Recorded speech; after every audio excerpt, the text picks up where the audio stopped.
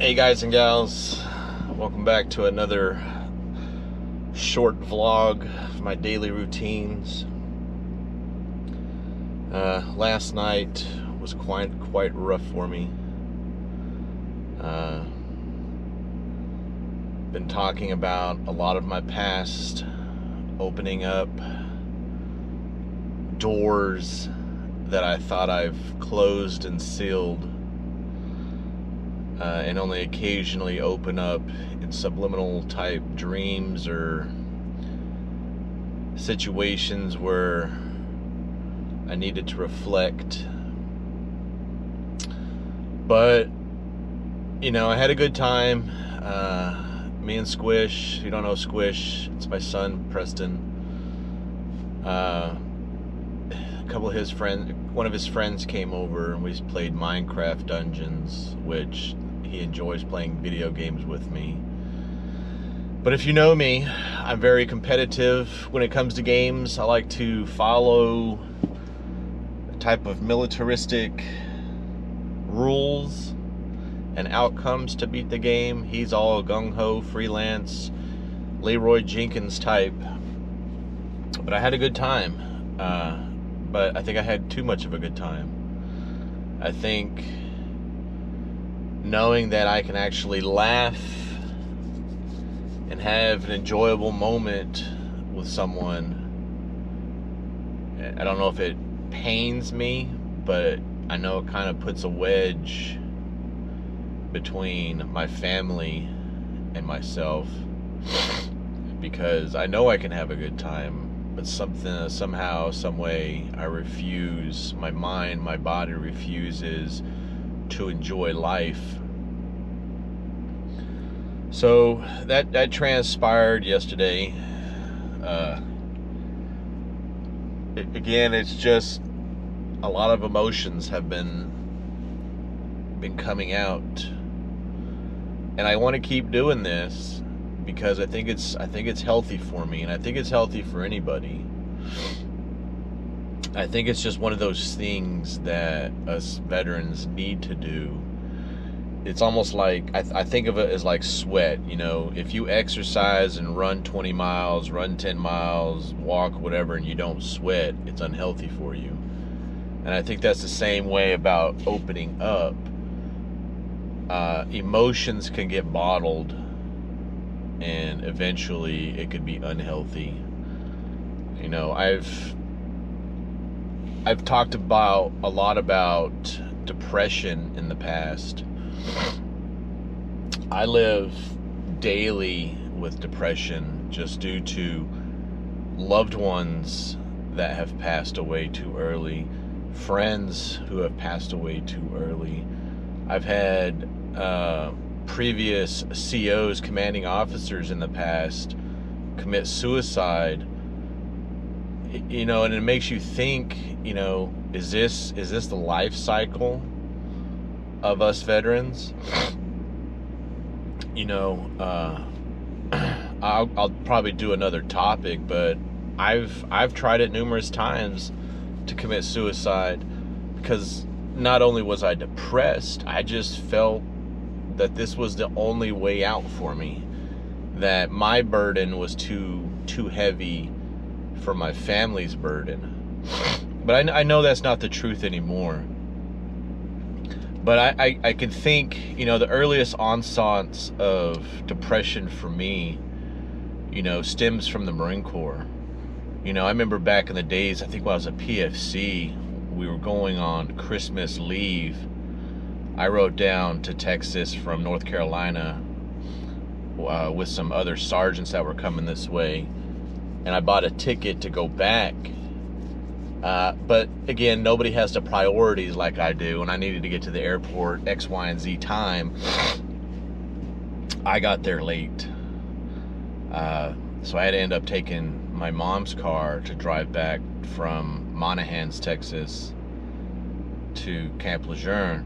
I got there 2 hours late. I told my team leader that I was going to be late due to unforeseen circumstances. So I think I drove 22 hours straight. I got NJP'd for it because my team leader told my staff sergeant that he didn't talk to me, and apparently, Lance Corporal word is more than PFC word. So I got NJP'd, and every holiday or 96 or vacation after that, I was told to stay in the barracks. I found people to buy alcohol for me. I was old enough to buy cigarettes. I smoked a carton of cigarettes a weekend, or more than that during the holidays, and I became depressed. It just stems to, my past. I didn't think it was healthy at the moment to open up to anybody. I just thought this is the way of life. This is how life was. And this is the consequences that I had to deal with for my actions of doing that.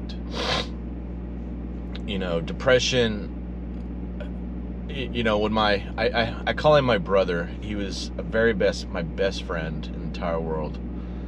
We know each other since we were in kindergarten. We met at kindergarten playing Micro Machines, and we became best friends. I moved away, he moved away, we somehow moved next to each other, and it just became an instant click. There's not moments in my life that I don't think about him that causes a stir of emotions to arise. But when he was tragically killed in a car accident, my life came to an abrupt end. All I wanted to do was drink. All I wanted to do at the time was nothing. I just wanted to vegetate. I actually wanted to die and kill myself. And it's tragic as it is. I think the one thing that depresses me to this day is we had a fight over a PlayStation 1. He was supposed to mod for me, and he wound up not sending it back. And then we had an argument over it. Then the very next day, he passes away. And that memory haunts me. Did he die knowing I loved him? Did he know that I don't hold a grudge against him, that I was young, that I was stupid? Depressions like that, I think have caused me tried to commit suicide numerous times. I eventually sought help. I think I was stationed in New York at the time. I went to West Point, saw a psychiatrist. Just, here's some drugs, go away. Only had one session with him, and it was all about prescribing me some antidepressants, which kind of ruined a lot of everything in my life. I eventually learned to accept and move on. But to this day, I have vivid dreams that I'm walking down the road or something, and there he is standing by a tree saying, "Hey Andrew, come here." And I go over there and we just have the best conversation ever. And I'm filled with joy. I'm filled with happiness for the first time in my life.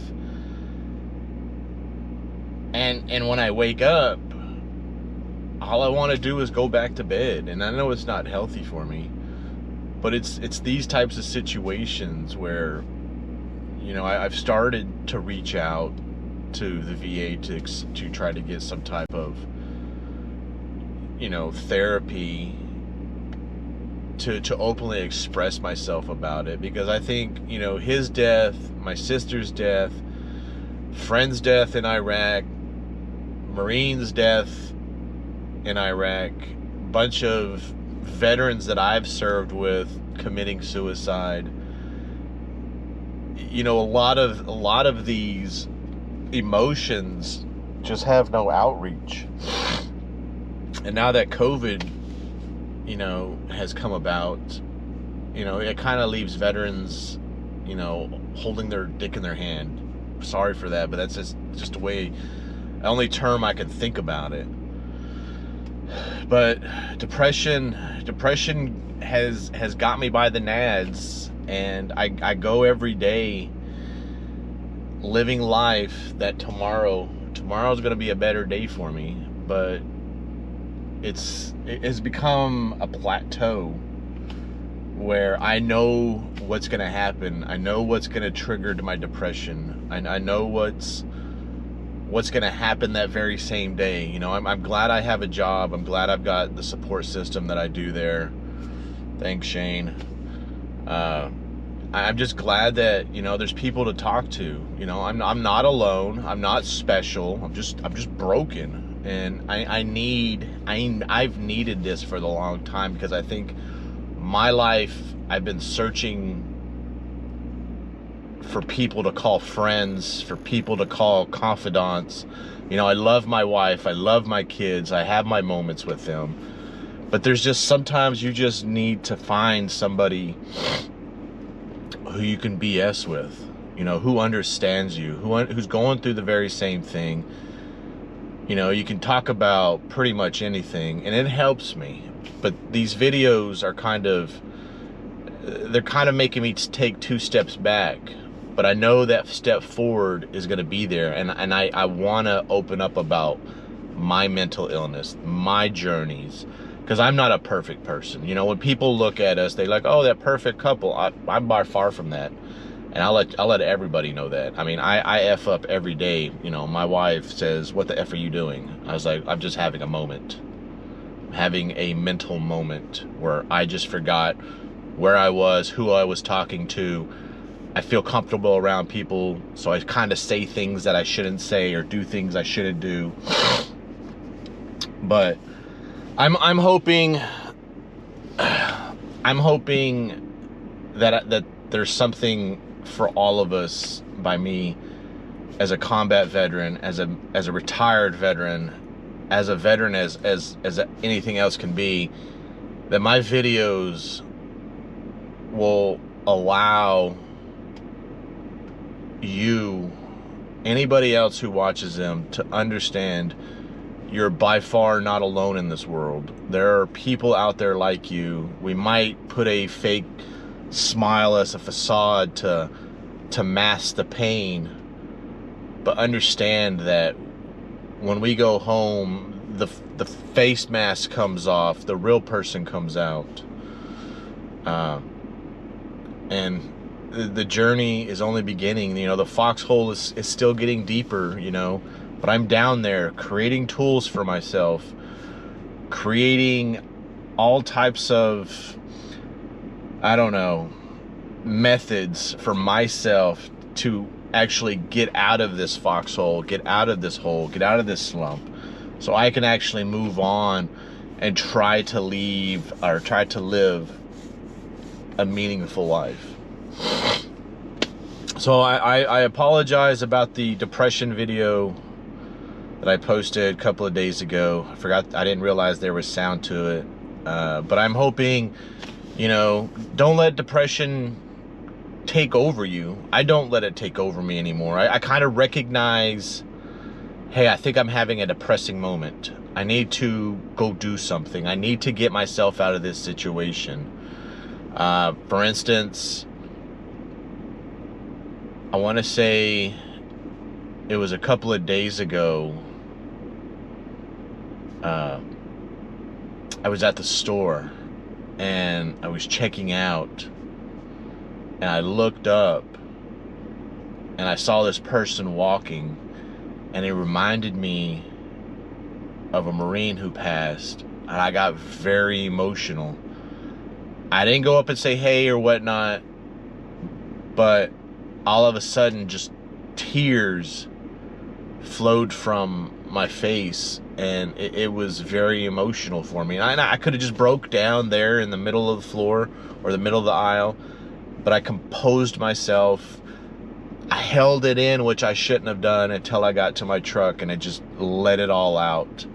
I felt more pain than I have felt in a long time by looking at that person, and it reminded me of somebody. And I have to revert back to my techniques. You know, the VA gave me this pamphlet on depression techniques, how to remove yourself from the situation. I had to revert back to some of those, but luckily I wasn't at home, where I'm sure I would have went into a fist of fury. But it happens. It happens to the best of us. You know, I do put on this good facade at work of, you know, the guy who does a lot of work, doesn't have any issues. You know, I do curse a lot at work, which I've been told to stop. And it's a Navy thing, Marine Corps thing, I guess, cussing like a sailor. But I'm a very colorful person when it comes to it. But anyways, my depression has been going on for about 26 years.